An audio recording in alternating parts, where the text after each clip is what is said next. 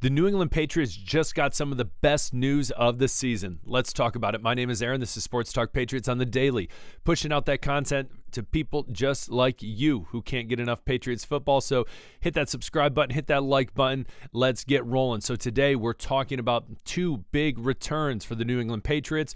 We're also going to be talking about some next-gen stats from the game yesterday, a huge hindrance in this area that needs to be addressed as well.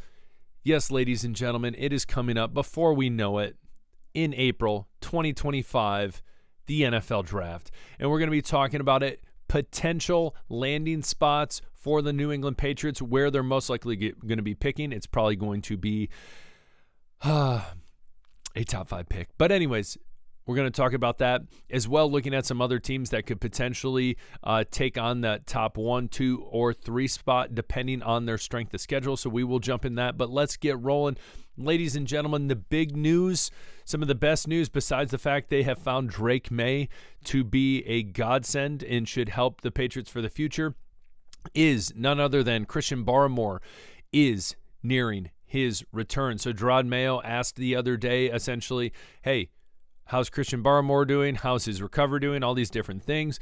And he said, we're getting close. Now, we have to remember, when we look at this, Gerard Mayo is, do I want to say he's on the hot seat?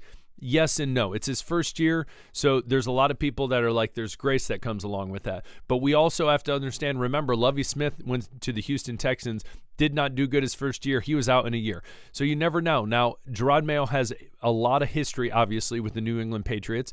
So I think, and the reason I say all that is when he says a comment like this, we're getting close, I think he's obviously he is trying to lead people on to saying, like, yes, he's going to make a return this year, and I think it is closer than we think.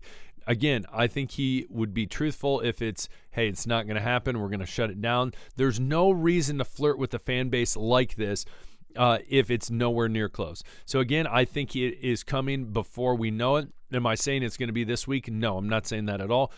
But again, it would be awesome to see him. Obviously, he has that massive, huge extension. So it'd be nice if he played a little bit. Am I saying we're going to make the playoffs with him playing? No, not saying that at all, but it'd be fun to watch him. So that is some huge news this year as well for the whole season, obviously.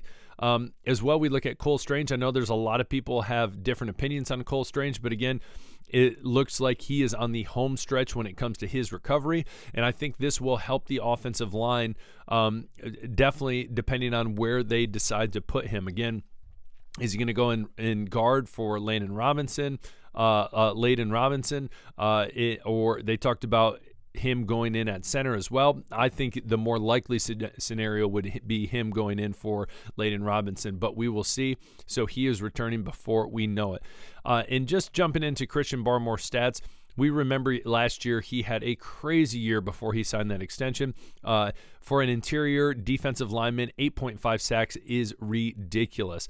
Again, a lot of times you look at defensive linemen, interior defensive linemen, or even edge rushers, and their stats don't truly show how helpful they are, how important they are on that defensive line. The different things they're taking on, such as double teams, and where that opens it up for other people. So again, it's a bummer. Again, we talk about Matthew Judon. It's a bummer that he is gone, but in this upcoming draft, in the offseason, it is important that there is another big-time edge rusher added. I do like Keon White, but I think there needs to be another one as well. And then adding that and Christian Barmore back. Barmore, golly, I cannot talk today. Christian Barmore back, that is going to help greatly. And going into the Cole Strange thing, the big thing, Next Gen Stats, if you've never been on this website, it's an awesome website. Now, this is the rushing attack from Ramondre Stevenson. 10 carries, 16 yards, and a touchdown. Really rough. And we look at this, and he literally did not have one run for over 5 yards past the line of scrimmage, that is. So very, very much struggling. And a lot of times you look at this, and again, the defensive scheme, I feel like down the road for a lot of these teams are stop the run, okay, and we'll let them throw. If you look at the stats from yesterday, Drake May only had 206 passing yards. Yes, he had 95 rushing yards, but again, those are not planned runs. Those are scrambles where he ends up finding a hole, he gets through, and bada boom, bada bing, which is great. I love the improv. But when it comes down to it, when it comes to calculated runs just like this, you're not going to be able to win games if you're barely getting upfield, if you're barely getting any yards, and only producing 16 yards from a running back that should be doing much, much more. So again, I think this is just important to look at. Again, I think there's times the offensive line has done great, and I think I've given them at times like a B minus rating. But this right here, their protection wasn't awful for Drake May. But again, I think this is more in the C minus D plus range. It is not great, and it needs something needs to be figured out soon. So anyways, as well, what we jump into NFL drafts. So as of right now, a lot of mock drafts have the New England Patriots as number 1. That is not a solidified position. If you look at this real quick before we even jump in there, it could be the Giants, it could be the Saints, it could be the Panthers. Jaguars, most likely not. It could be the Raiders. Browns, I think they have some more wins in them. I honestly think the Giants have some more wins in them as well, but the Saints and Panthers could easily take up that mantle and say, hey, I'm going to take this position. We look at strength of schedule, and the remaining, the Panthers actually have a harder schedule based on this than the New England Patriots. And so you look at the Carolina Panthers, they still have the Chiefs, the Eagles, the Falcons, the Cardinals, and they have to play the Bucs twice. So all those teams, all those teams could be in the playoffs. Absolutely, 100%. It says as an easy opponent is the Cowboys. I think the Cowboys will absolutely decimate the Panthers because they're just like, hey, listen, all of our base is upset. We've been losing. The Yankees lost. The Lakers are probably going to suck. If you don't get that joke, then it is what it is. But I think that's not going to be an easy game for them. And then the Giants, honestly, I see the Giants beating the Panthers. So I could see the Panthers again having the number 1 spot if they don't give it up to the Bears. But the New England Patriots, you look again, this is tough. You have all these different teams. The NFC West is with LA and the Cardinals and the Seahawks, as well as the 49ers. They are all pretty much tied up. So I think all these teams are going to make the playoffs. I think the Bills for sure. I think either the Rams or the Cardinals, yes. The Bears, I do not think will make the playoffs. In the Chargers, I don't know. The Chargers have surprised me. I do think the Chargers have potential. You know what? Let's just jump and look at the Chargers schedule real quick just because I'm curious, and we're here. You look at they have some easy games left.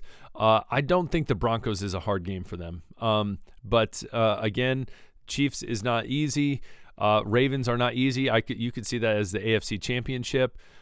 So we will see. But again, so don't feel like it's a lock that the Patriots have the number 1. A lot of people think that. I don't think that is necessarily the case. Travis Hunter, a lot of people think he's a generational pick. It's someone you cannot pass up on.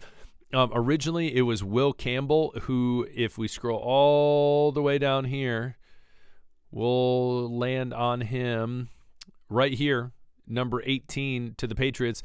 So this is how crazy these mock drafts switch up and how they change up so much. I feel like they get a little more accurate as it gets closer and closer. Still, obviously not 100%. We remember last year Michael Penix was drafted to the Falcons, and everything. I was in person there, and everyone was shocked. It was unreal.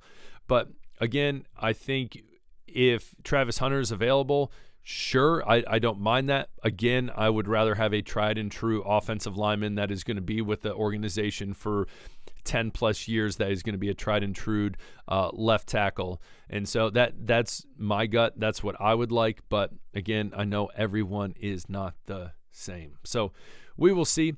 Comment below. What would you like the Patriots to draft as well? What do you think about this news with Barmore and Cole Strange? And then maybe whatever else you want to talk about. Vent about the game yesterday. I don't really care. Comment below. I always appreciate you guys. This is Sports Talk Patriots. We'll talk later. Peace.